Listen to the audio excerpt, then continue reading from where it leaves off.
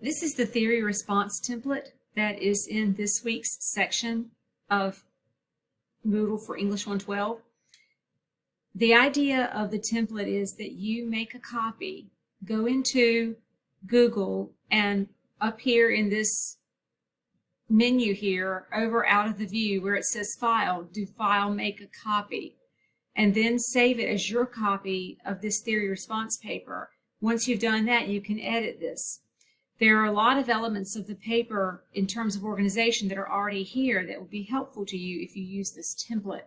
You'll notice that the header is already here. The title is formatted correctly, so all you will need to do is put the title of your paper and then your name. Please look at the sample paper that's in Insider's Guide to Academic Writing, because it has a sample paper, and you'll see how titles are done for theory response papers. The next page, and it is a separate page. I want to encourage you when you are writing your paper, when you go to new pages, not when the page overflows, but when you go to a new page, to go up here into the menu and right here where it says insert, you will insert break, page break. And that makes a clean break that is maintained regardless of how many times you press the enter key. So let pages overflow if they need to, but if you start a new page, don't hit the enter key to get there. Use your insert break. So that's what I would have done here to get down to the abstract. The abstract is formatted the way it should look when you type your words in here. Notice that this is not capitalized, it's centered. It's not all caps. Notice that this is not indented. And it says here to write this last. The abstract is a true summary. In the summary, you would be explaining what the theory is, but also what you ultimately have arrived at as your conclusion. In doing your NC Live research, you have read abstracts probably to avoid having to read entire articles. You should be able to see that oftentimes you can get the information that you need out of the abstract. So the abstract really is a summary. When you have finished, notice that that is going to be last. But when you have written that, there'll be a page break here rather than a bunch of returns. So here is where your writing should be taking place right now, not the abstract, because you're going to write that last. Here you're going to have the full title of your project. Notice that it's not in bold. Notice also that there's no extra space anywhere in the document. You can check for extra space by going to this button right here and see how it says add space before paragraph. That's because there's no extra space. If there is extra space anywhere in your document, this will say remove, and you need to.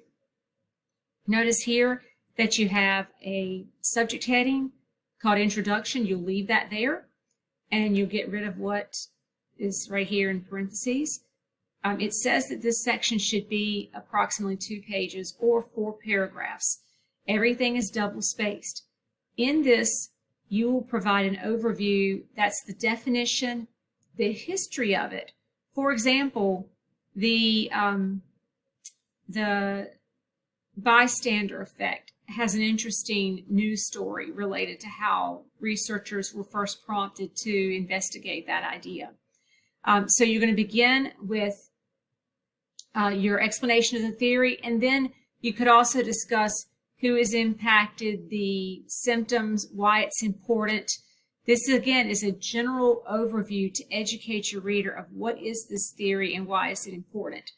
Also, make sure that you use in-text citations in APA format, and everything you see here that's blue and underlined is a link to some other resource that might be helpful. Here's your next heading, the literature review. The literature review, in a lot of ways, is kind of like the annotated bibliography, but without the citations in it. This is approximately 2 pages in which you are detailing for the reader what previous research has been done related to your theory. So, as it says here in your paragraphs, you recap what researchers currently have to say about this theory. And it is going to come from NC Live, and you need to be looking at peer-reviewed journals. So this cannot be Google, and it cannot be those layman's articles like Newsweek. It has to be an academic journal. Again, make sure that you use in-text citations, and this is actually a link to send you someplace for help. And then we get to observations. Now, observations, that's the section I'm getting more questions about in email. The observations are things that you have seen in your own life or that you have observed. You don't necessarily have to experience what is included in observations, because all of us have a lot of access to social media these days, so we see a lot of what people think in the world. We go out and we observe people when we're at Target. It doesn't have to be limited to just our experiences. I'll give you some examples in just a couple of minutes. So it says this section should be 1 to 1.5 pages, double spaced. If you follow the suggestions to the page length, you will get that 6+ page requirement for the social science theory essay. So in this section, you're answering questions like, how is this theory apparent in not only your life, but in real life? Okay, so you're going to share your observations of an event, activity, survey, interview results, or perhaps a news article that relates to your theory. So the big question that I've been getting is, can I use we or I? And here's a good rule here. If it is something that you personally experienced, it really did happen to you, then you could use the first person pronoun. But you can't use the first person pronoun if you're describing what happened to other people, like what you saw on social media. So how do you phrase something if it's an observation, but it's not your observation? Here are some examples. It has been noticed that in the Dunkin' Donuts on Sunset Avenue, at around 3 o'clock, the adult patrons begin to leave the restaurant. Young teenage patrons come in.